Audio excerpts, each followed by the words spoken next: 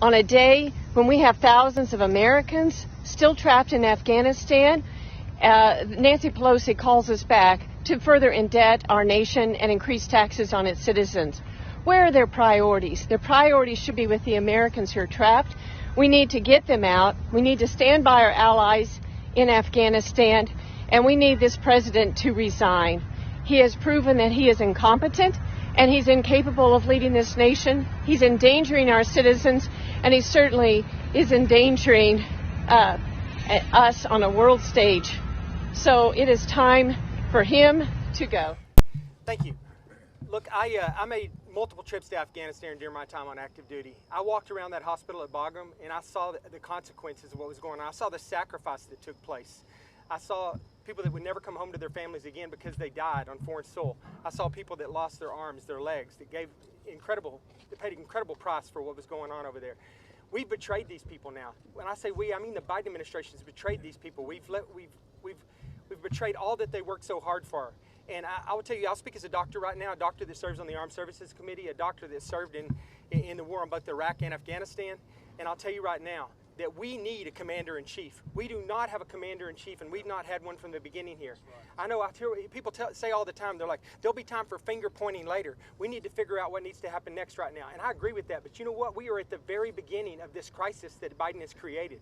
He cannot handle it. He is not prepared for this. He is not cognitively fit to be our commander-in-chief right now. That's being evidenced every single day, more and more. We need him, and we need his team to resign. We need them to let somebody else step up to the plate and lead this operation. Somebody who has the will and the cognitive ability to make this happen and is competent in doing so. We need a commander-in-chief. Thank you.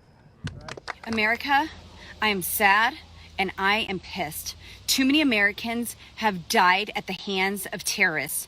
Too many of our soldiers have given their all, while our so-called commander-in-chief has been silent. When he does get dragged out of bed for a press conference, he can't even utter words. We cannot afford to continue to go down this path where the Taliban calls the shots and Sleepy Sluggish Joe acts like their little puppet. He needs to resign now. The world needs America to have real leadership.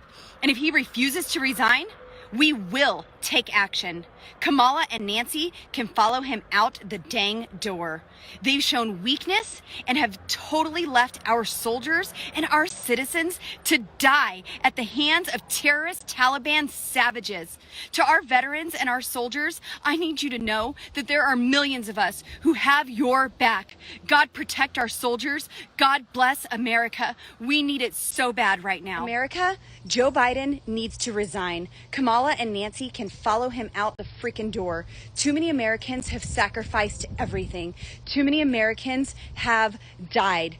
This failed leadership has to end. The path, the disgusting path that they are taking us down has to be stopped now. We don't need to wait for the videos of beheadings to come our way.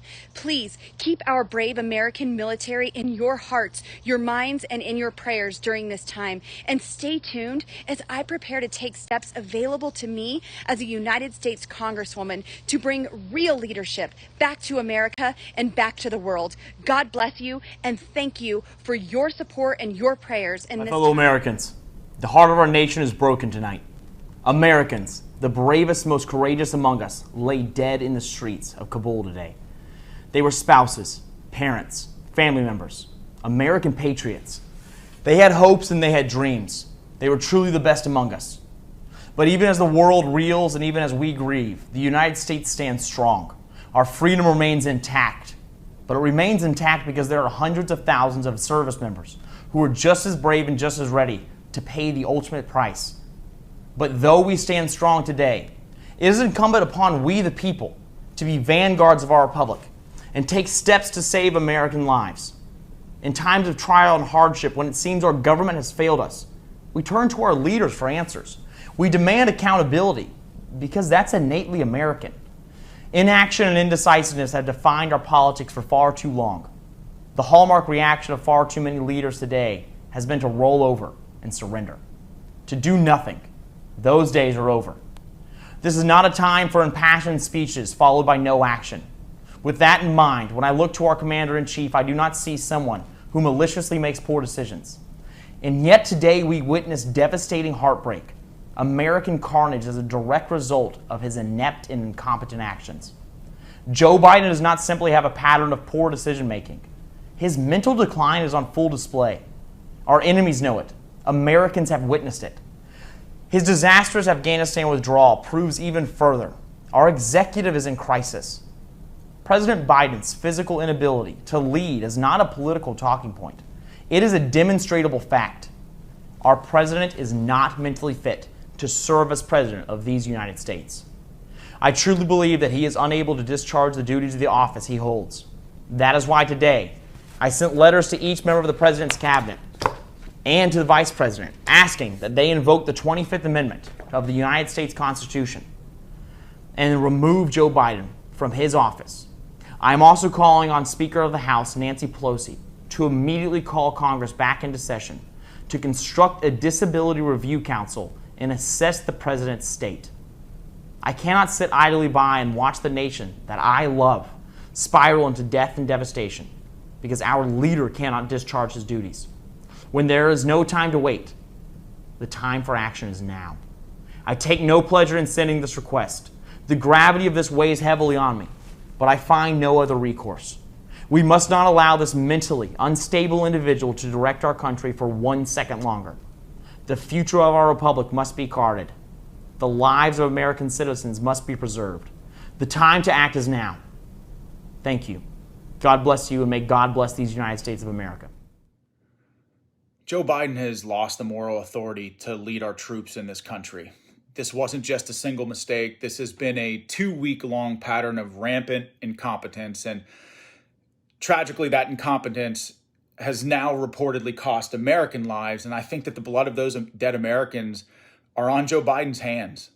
Joe Biden and his team have been more concerned with protecting their own political asses than protecting our citizens. They've repeatedly lied to the American people, and those lies have had tragic consequences. Just days ago, they were assuring us that Hamid Karzai Airport in Kabul was a safe harbor for Americans. And then they even had the gall to infer that Americans who were trapped in that country, surrounded by the enemy, didn't really want to come home. He didn't just bungle this from the beginning. He screwed up every single step of the way, from giving up Bagram before getting our citizens out to relying on the word of the Taliban to protect the lives of those Americans. He needs to be removed as commander-in-chief, and this is heartbreaking because it did not have to be this way.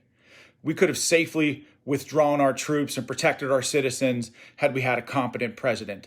But unfortunately, hello everyone, this is Kathy Barnett. Like you, I have been glued to the television, glued to social media, glued to the newspaper, watching the devastation, the absolute debacle that is taking place right now in Afghanistan. And let me tell you, I am sick. I am pissed off, if I can be a little bit more expressive about how I'm feeling right now. You know, I still remember when I was, at the ripe old age of 18, walking across the military base, getting ready to graduate from boot camp. And I remember making a very conscious choice that if I was called upon by my nation to go and surrender my life, limb, and mental capacity, I would. And I'm watching what is happening now. I think we're up to 12 Marines, 11 Marines and 1 Navy medic that have lost their lives. And I'm sure that they too came to that crossroad as I did long ago, that if I was called upon, that I would answer the call of my nation to go and defend her and her interests, whether domestic or abroad.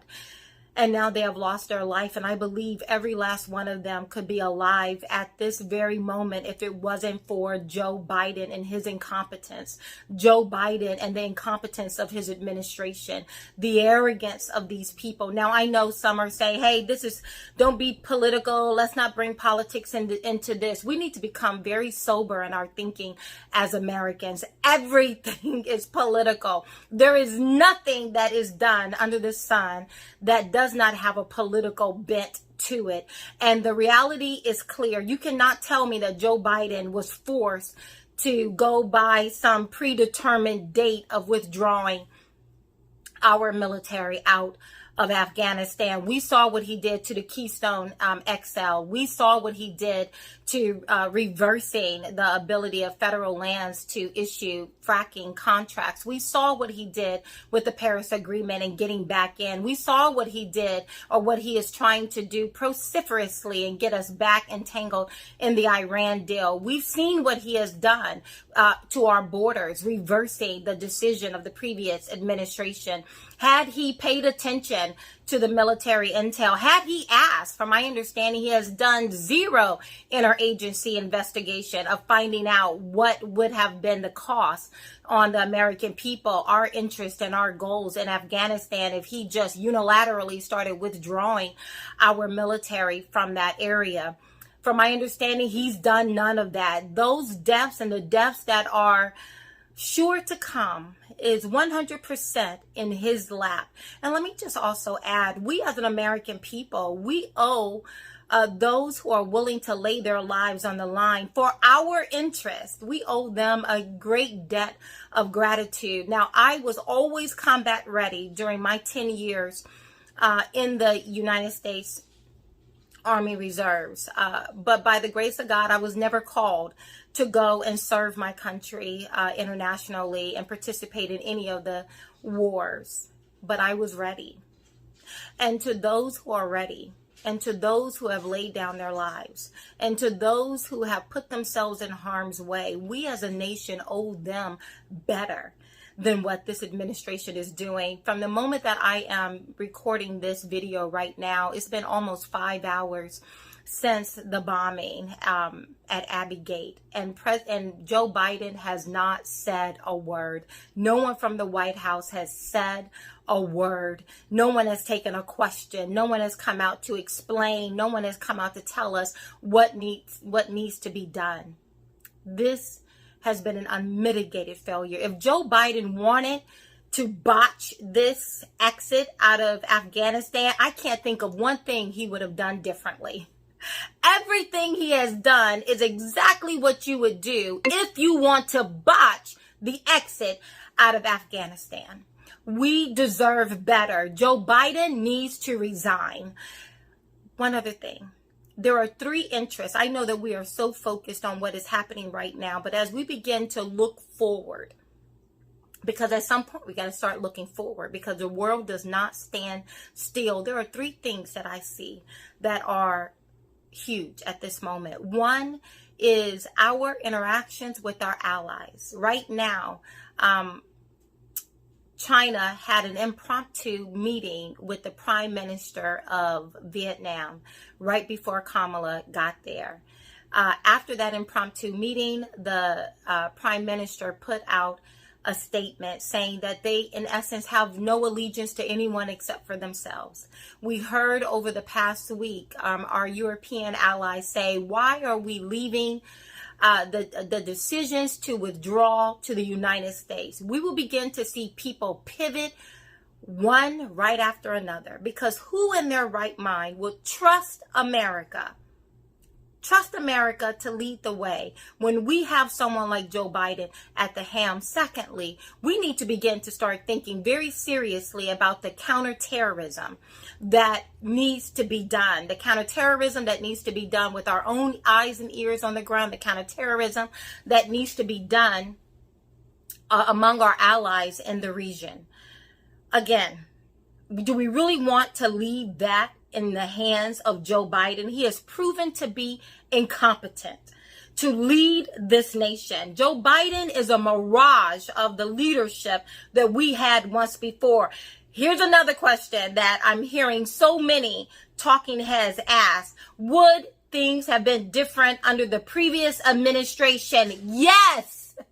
And any reasonable, rational individual who would compare and contrast what we had in the previous administration and what we have today, an honest person who is looking at it would also say unequivocally that the situation we find ourselves in today would be radically different. Let's not forget Ogben-Daddy. Let's not forget Soleimani. Let's not forget what the previous administration did when the Syrian government gassed her own people. Let's not pretend that we are talking about apples and apples when we compare and contrast the previous administration to this current administration. Things would have been different. I am 100% certain of that. And third, I know we need to get our people out of there. How do we do that? Why is Joe Biden so tied to getting us out by the end of August? Why in the world did he trust the Taliban to protect our interests? Why? Because he is incompetent. He is proven to be incompetent. And I am asking, I am demanding, and the American people should be demanding in one voice. I don't care what side of the aisle you're on. Yes, I'm a Republican. And no, I did not vote for Biden. But it does not matter at this point. At this point, the world is looking at America, not Democrats, not Republican, not independents. They are looking at America and what our response is going to be. We do not have the right leadership in office. Now, I cringe a little bit because after Biden comes Kamala, but nonetheless, at this juncture, dealing with what we're dealing with, if everyone wants to focus on the immediate problem is the Biden administration.